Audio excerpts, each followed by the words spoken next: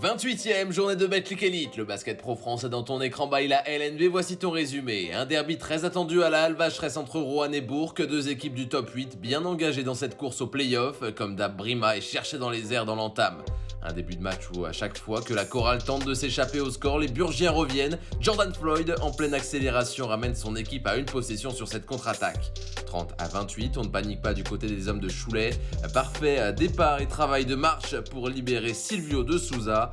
Ronan marche XXL à 27 points et 5 passes. Un score qui reste serré tout au long de la rencontre avec une petite bascule pour la JL Bourg. Dans le troisième quart, reporté 21-24, Brima, encore lui, dépose tranquillement au dunk. Mais c'est surtout Floyd qui se régale. Lui qui avait réalisé un match à 41 points en début de saison va en inscrire 32 à l'extérieur. 4 sur 7 de loin, 104-109, 35 secondes à jouer, Roanne voit une lueur d'espoir avec Stéphane Moody qui se glisse dans la défense adverse, c'est fort, mais ses coéquipiers doivent désormais défendre et Benitez choisit Kokila qui propose un move superbe au poste. La jeunesse bat l'expérience de Morin à 12 secondes de la fin et Roanne ne parviendra pas à égaliser sur cette prière pour que l'emporte et s'installe à la 5e place. Strasbourg a mis le cap sur Levallois avec du monde à Marcel Cerdan, des Metropolitans 92 à la maison mais sans Tremont Waiters qui selon la presse ne souhaiterait plus porter le maillot du club. Climat sous tension donc pour Boulogne-Levallois qui voudrait bien conserver cette place de dauphin. Devante Jones titularisé à la main signera une perf à 7 points et 10 passes, belle claquette pour l'américain qui sera imité dans un autre style par Bilal Koulibaly qui lui va se déchaîner sur le cercle. Claquette dunk puissante pour le jeune mutant dont la cote continue de grimper pour la prochaine draft.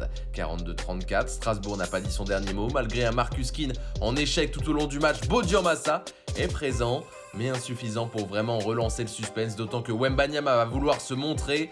Je pose mes appuis et je déploie mon bras dans le cercle. 2+1, 29 points au total. Koulibaly finira lui à 14, toujours bien connecté avec Jones dans le trafic. Allez hoop, les Mets 92 se ressaisissent bien après la lourde défaite à Monaco. En remportant une victoire à Strasbourg, l'ADA Blois s'est bien relancé dans sa quête du maintien mais ne s'est pas pour autant tiré d'affaire, d'autant que le Portel est en ville avec la ferme intention de s'imposer. Après Nzekwezi en force, c'est Nadir Ifi qui parvient à s'infiltrer subtilement dans la raquette locale. Ifi et Nzekwezi, un duo qui marche fort, 35 points à eux deux, alors que l'intérieur néerlandais a retrouvé sa place de titulaire. Double-double efficace avec 11 rebonds et une domination sans partage face aux Blésois. 72-77, Blois reste pourtant en vie. Thomas Corneli, héros à Pau il y a quelques semaines, veut y croire. Le meneur score avec Ifi sur le dos. Plus que 3 points d'écart à 50 secondes de la fin. Une avance qui sera malgré tout gérée par le SSM. Victoire 74-79, des nordistes tout près de valider leur maintien dans l'élite. Plus que 7 matchs pour Faust, Lanterne Rouge, qui tente de se sauver justement. Il faudra commencer par cette rencontre à Nanterre et c'est bien parti. 8-19, les Nantériens sont à la traîne. Justin Bibbins n'a pas le choix et doit réveiller les siens. Joli N1, provoqué par la puce, le petit saut sur le plexi. Nanterre va un peu mieux, sauf que Foz veut conserver son avance. En transition, ça se projette très vite. Stephen Brown, seul feinte le tir. Et Green, ligne de fond déterminée par pour l'action de la soirée. Poster sanglant, Alilovic sur la photo. Au retour des vestiaires, la formation de Donadieu retrouve des couleurs. Ryan Brown combine avec Ndiaye en s'appliquant sur du jeu un pick and roll, passe lobée parfaite.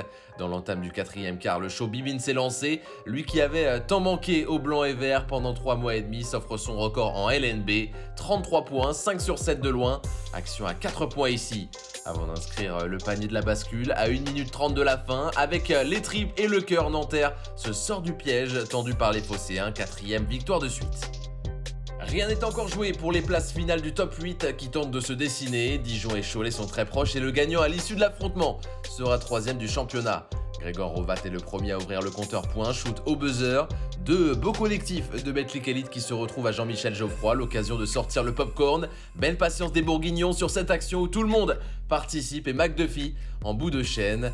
25-11 dans le début du 2e quart, Bogdan Blizniuk est le plus menaçant offensivement pour CB, 23 points à 10 sur 11 à 2 points, record LNB pour l'ailier ukrainien qui réussira presque tout ce qu'il entreprend. Son équipe a 11 longueurs de retard mais reste combative. Goudousina voit l'appel de Patton et lui glisse un bon caviar, 55-46.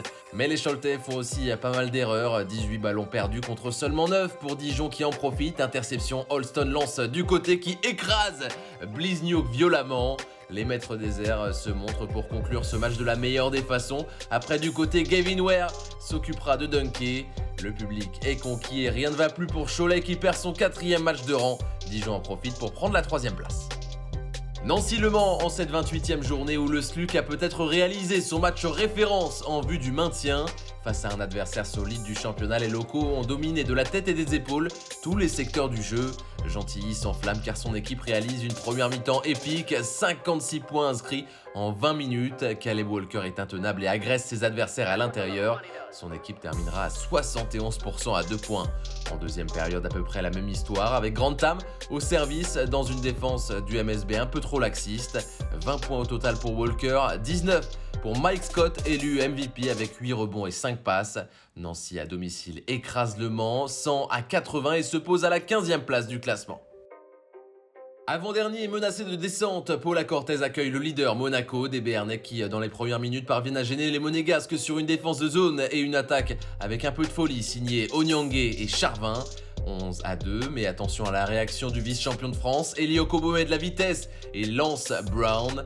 Après avoir perdu le premier quart 20 à 17, Monaco se lance véritablement dans le deuxième en inscrivant 29 points. Jordan Lloyd participe à cette réaction et son équipe passe devant au score. L'élan doit absolument bien finir avant la pause pour ne pas s'effondrer. À nouveau, les hommes de Barthécheki font confiance au jeune Charvin, 15 unités. Mais ce que le Palais des Sports redoutait va bien arriver. La Roca Team veut très vite mettre fin au suspense. Regardez la pointe de vitesse de Donatas Motiejūnas. Le géant lituanien est plus rapide que Cummings. Dunk en transition. 67-89, Pau ne répond plus et le duo Ouattara Okobo s'exprime. 18 points pour le deuxième, 19 pour le premier qui sanctionne derrière la ligne à 3 points. Okobo de retour face à son club formateur soigne la ligne statistique avec 9 passes au total. Spectacle garanti et 23e succès pour le leader cette saison qui a quasiment sécurisé la première place. Sportica bouillant pour la réception de l'Asvel avec tout de suite pour Gravelines Dunkerque l'intention de commencer tambour battant. Jarwan Johnson toujours dans sa zone du mi-distance. Pour Kenny Boynton, sa zone de confort c'est derrière la ligne à 3 points. Le shooter fou se régale devant Yves Ponce. Lyon-Villeurbanne qui malgré tout reste maître du score. Dibost met au défi Gauzin, le français est sur les appuis, sauf que l'américain parvient à armer, ficelle pure. 15-15 après le premier quart, 37-37 à la mi-temps. Le BCM en revanche démarre mieux le troisième quart. Mathieu Gauzin semble être aussi à son aise. Le meneur trouve des décalages en permanence et ça libère des shooters comme Johnson dans son jardin, 20 points. Alerte, 10 points d'avance et même 12 ici après ce superbe travail de Gauzin qui sort le grand jeu, passe de toute beauté. Les supporters du BCM l'ont compris, malgré un grand De Colo en face à 22 points et 8 passes. Lyon-Villeurbanne va s'incliner à l'extérieur et les nordistes peuvent croire toujours au top 8. Allez, on termine à l'Accor Arena, théâtre d'une bataille entre Parisiens et Limougeaux. Juan Bégarin à la baguette en transition pour choisir l'option Denis, la bonne option en catch and shoot pour offrir à Paris 14 points d'avance. Le club de la capitale se régale face à une défense en difficulté. Alley-oop sublime pour Jeremy Evans, le vétéran a le sourire. Et le replay est obligatoire pour apprécier cette belle détente. Un deuxième carton qui coûtera cher au Limoges CSP, seulement 7 points inscrits contre 26 pour le Paris Basketball. A noter l'excellente performance de Goulding, 5 sur 10 de loin. Le shooter est précieux et nourri par l'immense Tyrone Wallace. L'Américain a 14 points, 11 rebonds et 12 passes. Premier joueur à réaliser un triple-double en Betclic Elite depuis Isaiah Cordigné il y a 2 ans. Limoges pourra nourrir d'air grès en fin de rencontre après un retour au score. Mais c'est bien Paris à l'arrivée qui décroche une 13e victoire cette saison. Pour la prochaine journée, un œil samedi sur Strasbourg-Dijon, Blois-Le Mans ou encore Limoges-Boulogne-le-Valois, dimanche Monaco-Foss et Asvel-le-Portel.